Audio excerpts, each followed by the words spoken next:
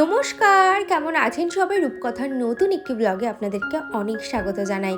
ঘুম থেকে ওঠার পর প্রত্যেক দিন আমার রুটিন থাকে ছাদে আসা, গাছগুলোকে দেখাশুনো করা, যদি কোনো গাছের জল প্রয়োজন হয় তো সেই গাছের জল দেওয়া। আজকে তাড়াতাড়ি উঠেছি, তার কারণ হচ্ছে মাম্মামকে স্কুলেও পাঠাতে হবে। প্রথম যখন মাম্মাম স্কুলে যায় তখন কিন্তু আমার একটু টাইম ম্যানেজমেন্ট করতে একটু অসুবিধাই হচ্ছিল। প্রথম সব কিছু নিয়ে অ্যাডজাস্ট করতে কিন্তু একটু অসুবিধাই হয়। তারপরে সেটা যখন অভ্যাসে পরিণত হয়ে যায় তখন কিন্তু সব কিছু একসাথে সামলানো যায়, যে কারণে আমি মাঝের কটা দিন টানা ব্লগ আমি দিতে পারিনি। শর্টস ভিডিওর মাধ্যমেই আপনাদের সাথে অ্যাক্টিভ ছিলাম, আর এখন সময়ের মধ্যে সবটাই করে উঠতে পারি। আর এখন বাজে প্রায় ওই 6:30 মতন। ঘুম থেকে উঠে ঘরবাড়ি ঝাড় দিয়ে তারপরে যাব ভাত বসানোর জন্য। প্রথমে তো ভাবলাম রান্না করতে হবে, তাড়াতাড়ি করে ঘরের কাজকর্মগুলো করে নিই। তারপরে মাম্মাম বলছে আজকে ভাত খেয়ে যাবে না, সেই জন্য ওর পাপা এনে দিয়েছে পাউরুটি। তো ভাবছি সেটাই ওকে করে দেব, একটু বাটার দিয়ে সেঁকে দেবো আর কি। আর এদিকে যেহেতু আজকে পৌষ সংক্রান্তি, সেই জন্য সমস্ত ঘরবাড়ি ঝাড় দিয়ে মুছে আমি আগে স্নানটা সেরে নেব। এদিকে মাম্মামকেও তুলে দিয়েছি, আর মাম্মামের পাপাকেও বললাম তুমি আজকে তাড়াতাড়ি ওঠো, আমার আজকে তাড়াতাড়ি স্নান করতে হবে। সেই জন্য সমস্ত ঘরবাড়ি গুছিয়ে নিয়ে তারপরে একটু করে সংসারের কাজগুলো শুরু করব। তোমরা অনেকেই আমাকে জিজ্ঞাসা করছো যে দিদি তোমাকে তো আমরা ফেসবুকে খুঁজে পাচ্ছি না। অ্যাকচুয়ালি আমি ফেসবুক করি না, আমি ইনস্টাগ্রাম এবং ইউটিউব এই দুটো সোশ্যাল মিডিয়ার মাধ্যমেই আমি অ্যাক্টিভ থাকি। তোমাদের যদি কোনো রকম প্রশ্ন থাকে বা কিছু জানার থাকে সেগুলো কিন্তু তোমরা আমাকে ইনস্টাগ্রামে মেসেজ করতে পারো। রূপকথা বিশ্বাস বলে সার্চ করলেই তোমরা আমাকে পেয়ে যাবে। একটা খবর বারবার করে আমার চোখের সামনে আসছে, তো ভাবলাম এইটা নিয়ে তোমাদের সাথে একটু আলোচনা করি। যে দেখুন, সবসময় মানিয়ে নেওয়ার দায়িত্ব কিন্তু বাড়ির বউদের থাকে না। যে বাড়িতে বউ হয়ে আসছে সেই বাড়ির মানুষদেরও একটু মানিয়ে নেওয়ার ধৈর্য শক্তি রাখতে হবে। রিসেন্ট দেবলীনা নন্দীর খবরটা তোমরা আশা করছি সবাই কম বেশি জানো। আমিও শোনার পর থেকে একটু অবাকই হয়েছি যে মেয়েটার রূপ আছে, গুণ আছে, সেই মেয়েটার সংসার হলো না। তার একটাই কারণ, তার মাকে ছাড়তে হবে, এবং সে নাকি সংসারে মানিয়ে নিতে পারেনি। এটা কোনো যুক্তি হলো না।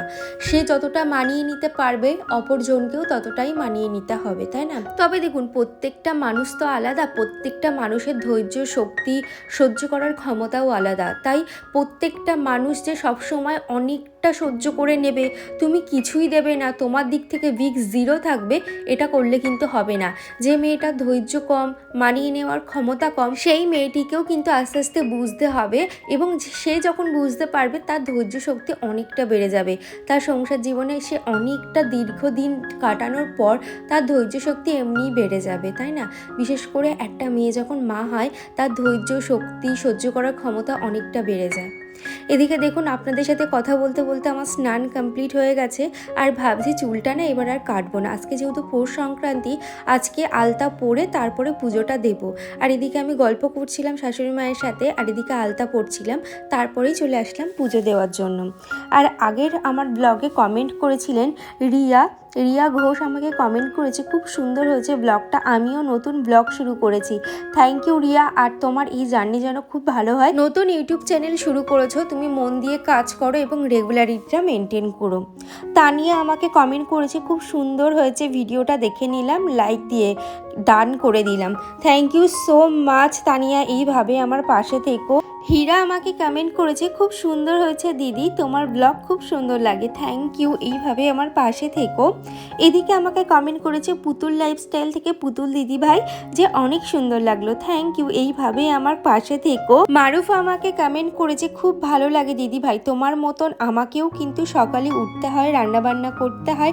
আমার বর অফিসে যায়, খুব সকাল সকাল উঠে রান্নাবান্না করতে হয়। আমিও বুঝি সকালে ওঠার কষ্টটা। তোমার ব্লগ দেখে আমি অনেক কিছু শিখতে পারি, চেষ্টা করি তোমার মতন করে ব্লগ বানানো। আমি তোমার প্রত্যেকটা ভিডিও দেখি, কিন্তু কমেন্ট করা হয় না, কমেন্ট করে উঠতে পারি না। আজকে খুব মন চাইলো একটা কমেন্ট করি, তো থ্যাংক ইউ, এইভাবে আমার পাশে থেকো মারুফা, আর তুমিও তোমার লাইফে এগিয়ে যাও। এদিকে কাকুলি আমাকে কমেন্ট করেছে খুব ভালো লাগলো। Thank you Kakuli. রাখি বিশ্বাস দিদিভাই আমাকে কমেন্ট করেছে খুব ভালো লাগলো রূপকথা, কথা, তুমি কোন অ্যাপ দিয়ে ভিডিও এডিটিং করো? তো আমি ইনশট দিয়ে ভিডিও এডিটিং করি, এটা আমার কাছে অনেকটা সহজ মনে হয়।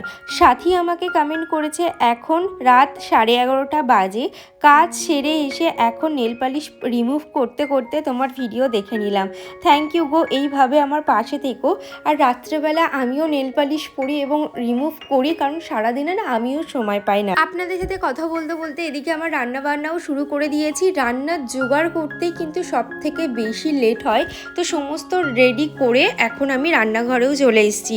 সকালে আমার যেহেতু স্নান পুজো হয়ে গেছে, নিশ্চিন্তে রান্না করছি। ওদিকে মাম্মামও স্কুলে চলে গেছে, দুটোর মধ্যে আশা করছি আমার রান্না হয়ে যাবে। তোমরাও অনেকেই বলো যে দিদি রান্না জোগাড় করতেই প্রচণ্ড সময় লাগে, সত্যিই তাই। আর ঘরের কাজকর্ম করে যদি রান্নাঘরে আসা যায় না, তাহলে ওই ঘরের কাজকর্মের চিন্তাটা কিন্তু মাথার মধ্যে থাকে না। এবার থেকে চেষ্টা করব সমস্ত কাজ করে গুছিয়ে তারপরে রান্নাঘরে যাওয়ার। কাজ করতে করতে কিন্তু কাজ শেখা যায়। প্রথম প্রথম তুমি যখন হাতা মাথা পাবে না, ওই একই কাজ ডেইলি করবে, দেখবে ওই কাজের আইডিয়া তোমার চলে আসবে। আমি পাচ্ছি না বলে আমি ছেড়ে দেই না। আর অনেক দিদি ভাইরা আমাকে বলে যে দিদি তোমার কাজ কিন্তু সত্যিই অনেক পরিষ্কার গোছানো, কিভাবে করো যদি একটু জানিও।